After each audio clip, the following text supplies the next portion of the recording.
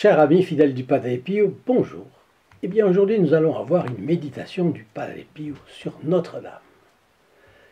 Et il fallait bien le Padre Pio pour parler de la belle manière dont il le fait de la Sainte Vierge. Donc Marie, disciple parfaite de Jésus. Disciple parfaite de Jésus, pourquoi? Eh bien le 1er juillet 1915, le Padre Pio a 28 ans. Vous voyez la maturité avec laquelle il va écrire sur la Sainte Vierge. La maturité et puis la vie proche, intime avec la Vierge que cela montre. Il écrit une lettre au Padre Agostino, qui est un de ses deux directeurs spirituels. Et il écrit cette lettre où il incite tout le monde. C'est pour le futur, c'est pour la postérité, c'est pour l'ensemble des fidèles. Et il incite tout le monde à suivre l'exemple de la Sainte Vierge. Et voici un extrait de sa lettre. Que la Sainte Vierge nous obtienne l'amour de la croix et de la souffrance. Alors là, on est déjà interloqué. Alors il faut avoir l'amour de la croix et de la souffrance, alors que quand nous avons la moindre petite croix, on veut s'en débarrasser. Qu'est-ce que c'est que ça? Qu'est-ce que ça veut dire? La Sainte Vierge, qu'elle nous obtienne l'amour de la croix et de la souffrance. Elle qui a été la première à pratiquer l'Évangile dans toute sa perfection, avant même qu'il ne soit rédigé, et bien sûr. L'Évangile, vous le savez, a été d'abord transmis oralement par les personnes qui se racontaient la vie de notre Seigneur. Et ce n'est qu'après 2, 3 ou 4 générations qu'il a commencé à être rédigé. Elle avait déjà pratiqué tout avant. Le Padre Pio continue, qu'elle nous obtienne de le pratiquer nous aussi, et nous porte à nous tourner immédiatement vers elle. Et ça, c'est dans l'ensemble du recueil de lettres du Padre Pio, tome 1, alinéa 602. En d'autres termes, le Padre Pio attribue 2 pré-excellences à Marie. Excellente, on sait qu'elle l'était. Pré-excellence, c'est-à-dire la première des excellences. Donc, 2 pré-excellences à Marie. 1. Elle est le premier disciple de notre Seigneur Jésus-Christ. Bien sûr, quand tous ont fui, quand tous ont trahi, Saint-Pierre, oui, mais tous les autres avaient fui aussi, eh bien, elle était fidèle. Elle représentait la fidélité. Elle ne représentait pas l'Église. L'Église, c'était le pape, c'est Saint-Pierre, avec les apôtres, les disciples. Mais elle était le premier disciple de notre Seigneur Jésus-Christ. Elle a été la fidèle, celle qui a été fidèle. Elle a vécu à la perfection, c'est le deuxième point, l'enseignement austère de l'Évangile. Austère ne veut pas dire dur, ne veut pas dire sévère, ne veut pas dire janséniste.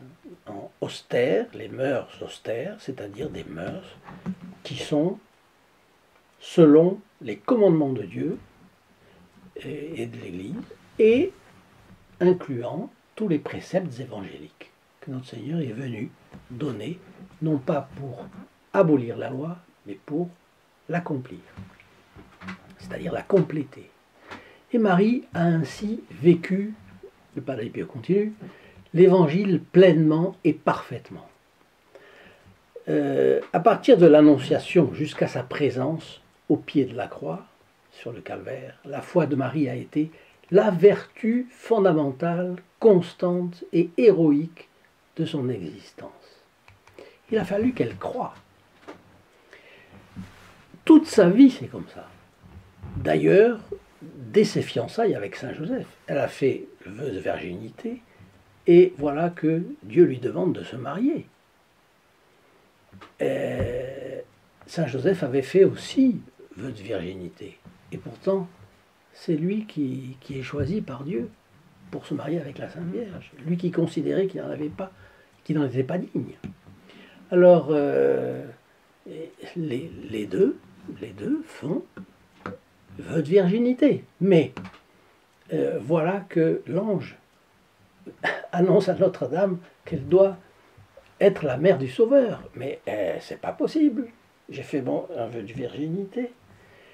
Et donc, à chaque instant de sa vie, elle est confrontée à des situations contradictoires. Et pourtant, elle croit. Elle a toujours cru.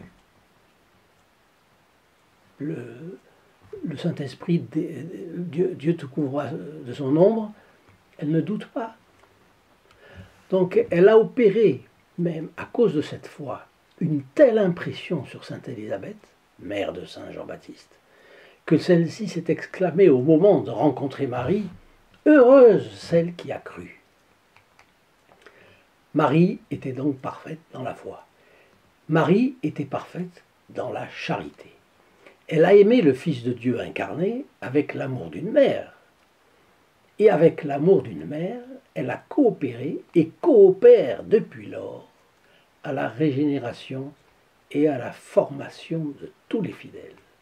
C'est pour ça que nous sommes vraiment, c'est Saint Louis Grillon de Montfort qui dit ça, elle est vraiment notre mère, elle nous a engendrés à la grâce. Et si elle nous a engendrés à la grâce, elle est notre mère, et authentiquement. Ainsi est-elle le modèle de l'amour vraiment maternel qui doit animer tous ceux qui coopèrent dans la mission apostolique de l'Église. Parfaite dans la foi, parfaite dans la charité et parfaite dans l'union avec notre Seigneur Jésus-Christ. Marie a pratiqué l'Évangile pleinement et parfaitement.